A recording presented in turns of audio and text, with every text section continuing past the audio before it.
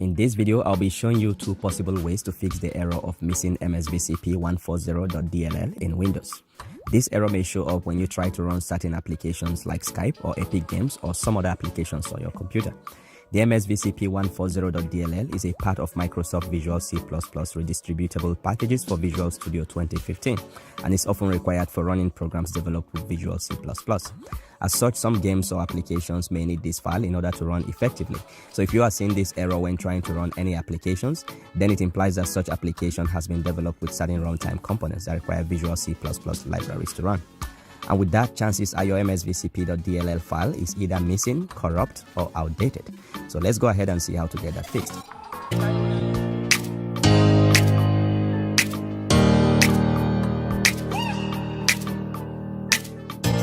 Okay, so the first method would be to simply reinstall the missing MSVCP file. Before we do that, we need to first change our File Explorer options to make hidden files and folders visible. The reason for this step is because by default, Windows tries to protect such important system files like the MSVCP140.dll to avoid them getting deleted or modified by mistake.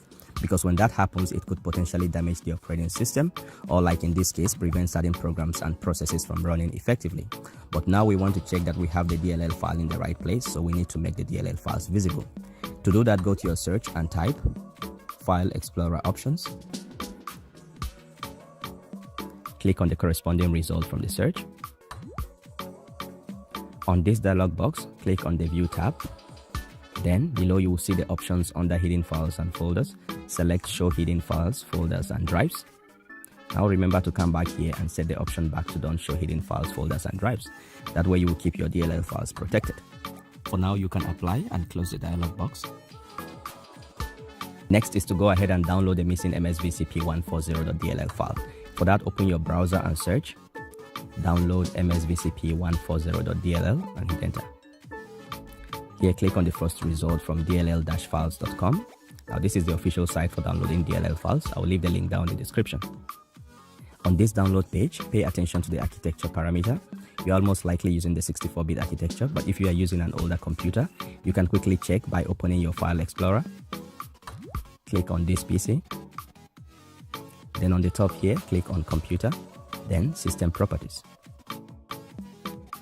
And under the system type, you should see your architecture. Here mine is 64 bits. Now go back to the download page and download the latest 64-bit version of the DLL file. It's a light zipped folder. You can extract or just double click to open after downloading.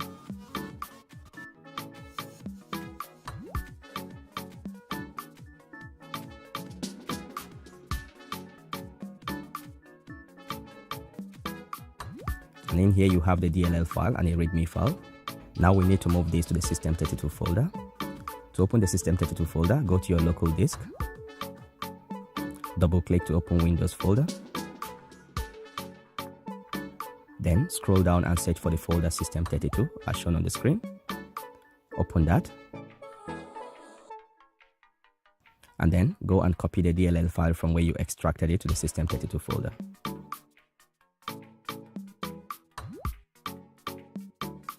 Hit continue on the admin permission dialog. Now, if you are doing this on a 32-bit architecture, then you need to copy the DLL file to the folder named syswow64 as shown on the screen.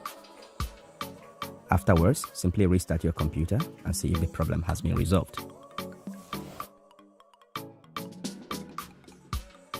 The second method would be to reinstall the required Visual C++ libraries or replace the existing ones which may be corrupt or outdated with the most recent package. To check if you already have the Visual C++ libraries installed, go to your Windows search and type Apps and Features. Click on the corresponding result from the search. On this Apps and Features page, scroll down to where you have the Microsoft Visual C++ redistributable packages. Here, check if you have the 2015 versions. As you can see, I don't have them at all, so I will need to download them afresh. If you have them already, then click and select Uninstall on each of them to remove them, both the 32-bit and 64-bit versions. Next, I will now go ahead and download the latest versions of these packages from the Microsoft Download Center. I'll leave the download links in the video description. So here I will search Microsoft Visual C++ 2015 redistributable. You can already see that from the suggestion. Click on the first result from Microsoft.com.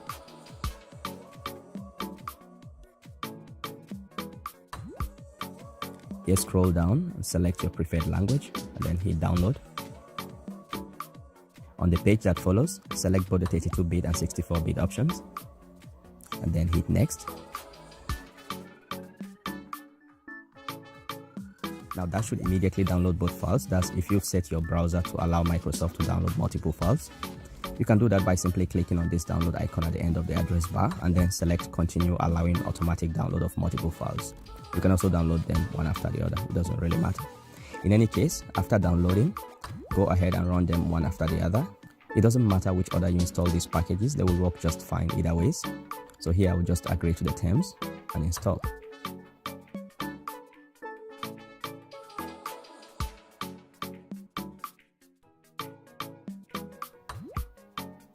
Then do the same for the second package.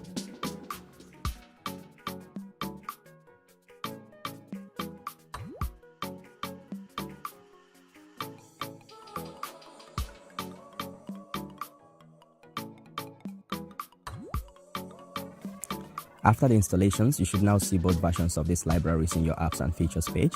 Now simply restart your computer and you should have your applications running fine with no more errors.